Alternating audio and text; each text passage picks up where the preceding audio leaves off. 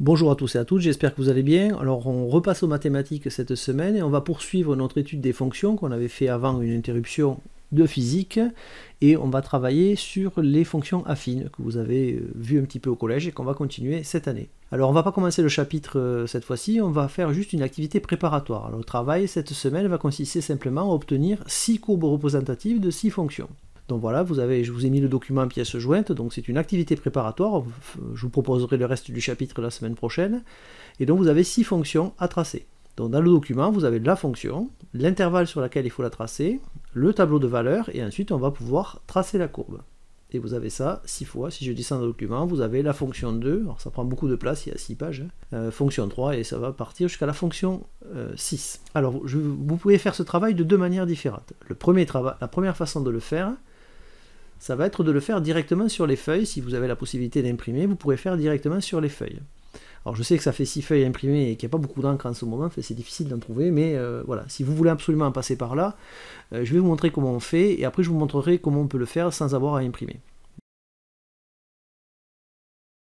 Alors je vais vous montrer d'abord comment vous pouvez faire si vous voulez tracer les courbes représentatives, donc faire le travail de cette semaine en imprimant les documents. Donc vous imprimez le document, donc vous allez avoir le titre qui va apparaître. Donc la première fonction à tracer c'est celle-ci, c'est la fonction f définie par la relation f de x égale 2x-3 pour x compris entre moins 4 et 5.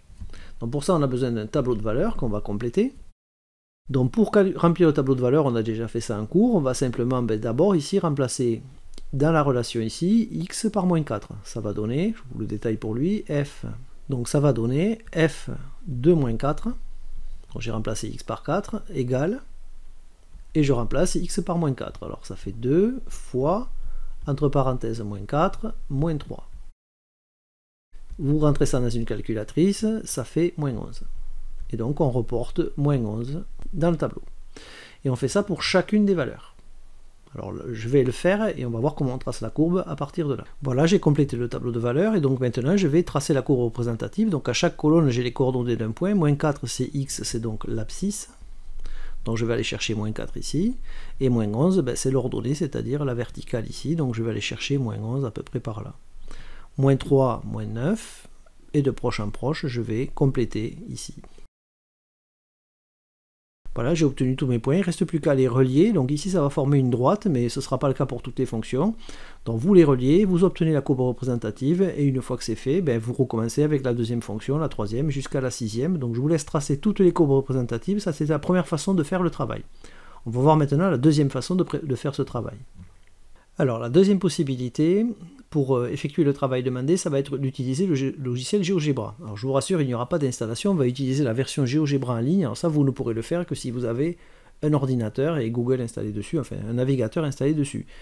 Donc si vous avez un ordinateur, inutile de faire ce que j'ai décrit avant, c'est-à-dire de faire les tableaux de valeurs, les courbes avec les points, et ainsi de suite. Vous pouvez tout faire directement avec GeoGebra. Donc je vous montre comment faire. Vous allez sur Google, vous tapez simplement GeoGebra. Voilà, vous prenez le premier lien, voilà, c'est le premier site qui s'affiche, GeoGebra, et vous choisissez GeoGebra classique, c'est la version en ligne. Voilà, c'est la plus proche de celle que je vous ai habitué à utiliser. Alors elle est légèrement différente de celle qu'on a en classe, mais on reconnaît les différentes icônes. Il se trouve que la zone de saisie, au lieu d'être en bas, elle est tout simplement ici. Donc la première fonction qu'on voulait tracer, je vous la rappelle, c'est celle-ci. Fonction 1, c'était la fonction f définie par la relation f de x égale 2x-3 pour x compris entre moins 4 et 5. C'est celle que j'ai tracée devant vous manuellement. Donc pour tracer cette fonction avec GeoGebra, donc je répète que si vous faites avec GeoGebra, vous n'avez pas besoin de faire sur papier comme je vous ai montré, c'est l'un ou c'est l'autre. Donc vous allez dans la zone de saisie et vous tapez le mot fonction avec une majuscule. Vous ouvrez une parenthèse. Et vous tapez la fonction, vous ne donnez pas son nom f, vous mettez simplement la fonction. Dans la fonction, c'est 2x-3. D'accord, 2x-3 ici, 2x-3 ici entre parenthèses. Vous ne finissez pas là, vous saisissez virgule, et vous mettez la première valeur ici de l'intervalle, c'est-à-dire moins 4. Puis virgule, et vous saisissez la deuxième valeur de l'intervalle, c'est-à-dire 5. Donc en fait, on demande au logiciel de représenter la fonction définie par f de x égale 2x-3 pour x variant entre moins 4 et 5. Le tracé a été fait automatiquement, alors il va falloir la centrer pour qu'elle apparaisse en totalité. Pour la centrer, on appuie sur cette icône, déplacer graphique. On peut faire un zoom avant ou un zoom arrière avec le bouton de la souris. Et si ça ne suffit pas, on clique et on glisse pour déplacer le graphique. Et on peut même ajuster les axes. Pour ça, on va sur un axe et on peut tirer ici vers le haut, vers le bas. Alors à vous de faire en sorte que la fonction occupe la majorité de l'écran. Vous n'aurez pas ça, ça je l'ai mis pour vous expliquer. Donc vous aurez la fonction. Pour me transmettre le travail, soit vous faites une capture d'écran si vous avez un logiciel de capture installé sur votre ordinateur, soit vous prenez l'écran en photo, vous avez des appareils, des smartphones assez puissants pour prendre de bonnes photos et m'envoyer le résultat. Moi, pour le vendredi, il me faut les 6 courbes tracées. Soit avec GeoGebra, vous voyez, c'est très rapide avec GeoGebra, et il n'y a pas d'impression, donc je préférerais que vous fassiez comme ça.